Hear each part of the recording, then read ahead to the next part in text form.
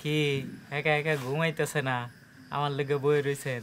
ও মাই god, এই সর সর সর সর দর্শি সর সর সর সর সর চোর না আমি চোর না। তুই সর সর। কি রে, কি হইছে? চিল্লাচিল্লি করতেছিস কেন? সাথী আম্মা দেন এবারে রাইতের বেলায় সাঙ্গু বাইতে চুরি করতে। চোর? আরে কি কস, এটা তো আমার জামাই বাবাজি। জামাই বাবাজি, তুমি এনে কি করো? না আপনি, আমি না এনে ভুলে আয় পড়ছি। আমি গেছিলাম বাথরুমে, তারপরে ঘরে ঢুকতে গিয়ে ভুলে এনে আয় পড়ছি। সি সি সাসি, এটা আপনার জামাই বাবাজি তো চরিত্র খারাপ, আমার গায়ে হাত দিছে। জামাই বাবাজি, তুমি ওর গায়ে হাত দিছো? সি সি সি সি, তোমার চরিত্র এত খারাপ। না না না না আম্মা, আপনি ভুল ভাবতেছেন। আমার আসলে চরিত্র খারাপ না, আমার চোখ খারাপ। চোখ খারাপ? ও না না না, চোখ খারাপ বলতে ওই আমার দৃষ্টি খারাপ। না, যেটা বুঝতেছেন আসলে ওইটা না। আমার মানে আমি হলাম চোখে দেখি না, ঝাপসা দেখি। চশমা ছাড়া না আমি সবই ঝাপসা দেখি, যে আপনারও ঝাপসা দেখতেছি। চশমা ছাড়া কিছুই দেখি না। আমার একটু ঘরে লয়ে যাবেন আম্মা? সি জামাই বাবাজি, সি। আম্মা কই যান? আমার একটু লয়ে যান, নাহলে আমি আবার কার বাইতে ঢুকে যাই গা।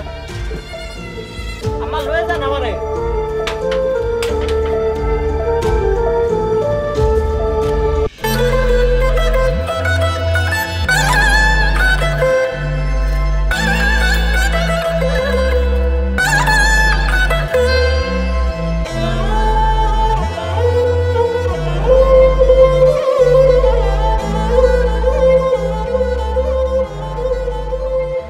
আমার সাফ কথা, এই আটকানো জামাইয়ের লগে আমি জীবন পার করতে পারবো না। এটা হেডলাইট ফিউজ। আমি মানতাছি যে আমি চশমা ছাড়া চোখে দেখি না, কিন্তু আমি তো অন্ধ না। আপনি তো চশমা সহে দিয়েও ভালো করে দেন না। আপনার আর অন্ধের মধ্যে পার্থক্য কি? মানুষের তো কত রকম সমস্যাই থাকতে পারে, সবাই তো আর নিখুঁত হয় না। তাই বইলা আমি আপনার মতো আটকানা মানুষের লগে থাকি জীবন বরবাদ করতে পারবো না। আপনি কিন্তু নিজেই আমারে পছন্দ করে বিয়ে করছিলেন।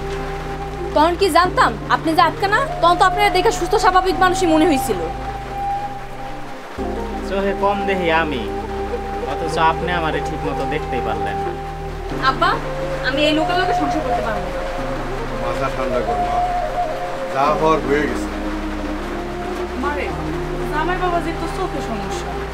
জামাই বাবাজি তোর অনেক ভালোবাসে, আর তাছাড়া এই যুগে এরকম সৎ মানুষ পাওয়া কঠিন।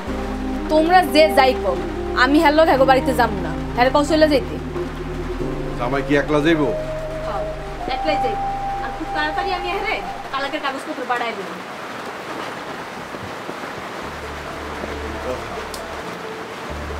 আমি আর কি কমু বুঝতে পারতাছি না বাবা। থাক আব্বা, আপনার আর কিছু কম লাগবে না। আপনার মাইয়া যখন সিদ্ধান্ত নিয়েই নিছে, তাহলে আমি আর হ্যাঁ জীবনে কোনো সমস্যা হয়ে থাকতে চাই না। আমি চলে যাই। আসসালামু আলাইকুম।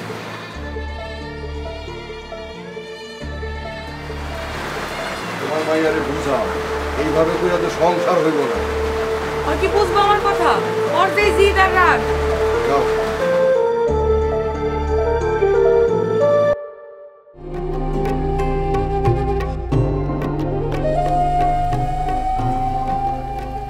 আজান, তুই আইছস? বৌমা কই? তোমাকে বৌমা আর কোনোদিন আইব না। আসবো না মানে? হেরা আমার এই চোখের সমস্যা মাইনা নিব না। তুই এই সমস্ত কি কইতেছস আমি কিছুই বুঝতে পারতেছি না। আমি সত্যিই কইতাছি মা। মাইনাই যদি না নিব তাহলে বিয়া করছিল কেন? জানি না।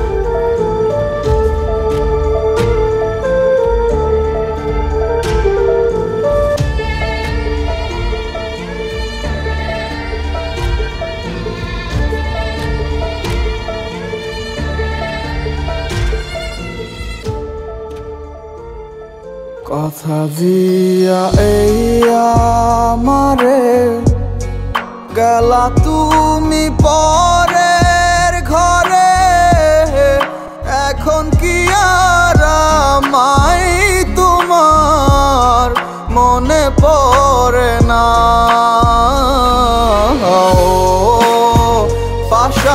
বন্ধু রে তুমি বিনে প্রাণ বাঁচে না ও পাষাণ বন্ধু রে তুমি বিনে প্রাণ বাঁচে না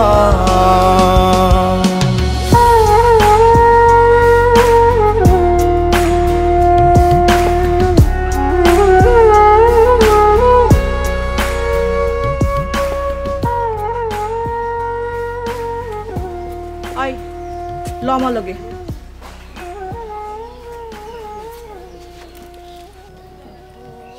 কই যামু মা? কই যামু মানে এই হাত দিয়া তোর আঙুল ধইরা তোরে হাঁটা চলা শিখাইছি আর আইজ আমার লগে যাও না লিগা তুই এত প্রশ্ন করতেছস প্রশ্ন করস কে আমার উপর বিশ্বাস নাই তোর কি যে কও মা, আব্বা মইরা যাওনের পরে তুমি তো আমারে কোলে পিঠে করে মানুষ করছো। তুমিই আমার বিশ্বাস, তুমিই আমার সব। তাইলে তাইলে চল আমার লগে চল আয়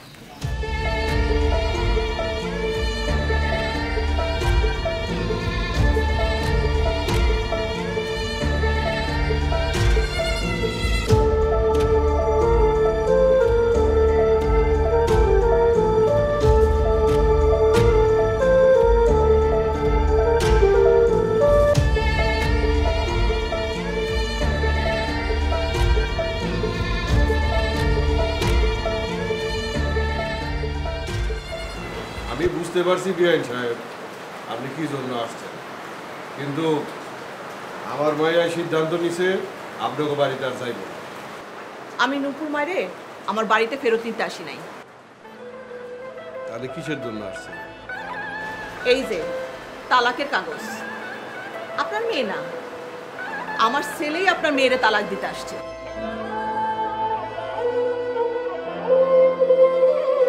এই ধরেন।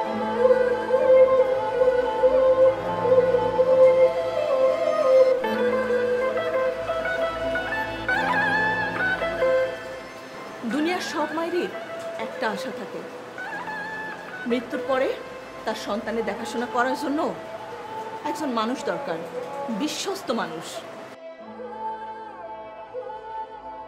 আপনার মেয়ে অনেক রূপবতী, অনেক গুণবতী, কিন্তু মানুষ চেনার মতন ক্ষমতা আপনার মেয়ের এখনো হয় নাই। তাইলে কি আপনি আমার মায়ের খোঁজ ধরতেছেন? আমি কি কোনোদিন আপনার অসম্মান করছি? না, কোনোদিন আপনার সাথে বাজে ব্যবহার করছি? তা করেন নাই। কোনোদিন কি আপনারে ভালোবাসায় বা আপনার যত্নে অবহেলা করছি? আমি তো তা কই নাই। আমার এত কিছু যখন আপনার চোখে পড়ে নাই, তখন আমি ঠিকই বুঝতে পারছি অন্ধ আসলে আমি না, অন্ধ আপনি। আপনার মন অন্ধ, আপনার বিবেক অন্ধ। আর আমি চাই না এরকম একটা মানুষের সাথে জীবন পার করতে। বাবা সন্দীপ চল। মা দাঁড়ান। মা, আপনি আমার মাফ করে দেন। আমি আপনার ছেলে বাহ্যিক সৌন্দর্য দেখে তারে অপমান করছিলাম। আজ বুঝতে পারছি আমি কাজটা মোটেও ঠিক করি নাই। নূপুর, আপনার এই রূপ একদিন শেষ হয়ে যাইব। রূপ সৌন্দর্য তো সারা জীবন থাকে না। নশ্বর পৃথিবীতে সবই আসলে নশ্বর। তবে আমার মনের চোখে আপনি সারা জীবন সুন্দর থাকবেন। আমি আমার মনের চোখ দিয়া আপনি সারা জীবন সুন্দর দেখতে চাইছিলাম। আমি তোমাকে দোয়া করি তোমরা সারা জীবন সুখী থাকো। ঝুট ঝামেলা যাই হোক, সব ভালো যাক, শেষ ভালো থাক। আর আমিও দর্শকদের উদ্দেশ্যে একটা কথা বলতে চাই, আমি যে ভুল করেছি আপনারা সেই ভুল করবেন না। আমরা আসলে অন্ধের মতো মানুষের বাহ্যিক সৌন্দর্যটাকেই বিচার করি এবং বাইরের রূপ বিচার করতে গিয়ে আমরা তার ভেতরের গুণটাকে দেখেও না দেখার ভান করি। তারাই আসলে আধা কানা। কারণ মানুষের বিচার করতে হয় ভেতরের গুণ এবং কর্মের মাধ্যমে। এজন্যই জ্ঞানীরা বলেছে মনের চোখই আসল চোখ।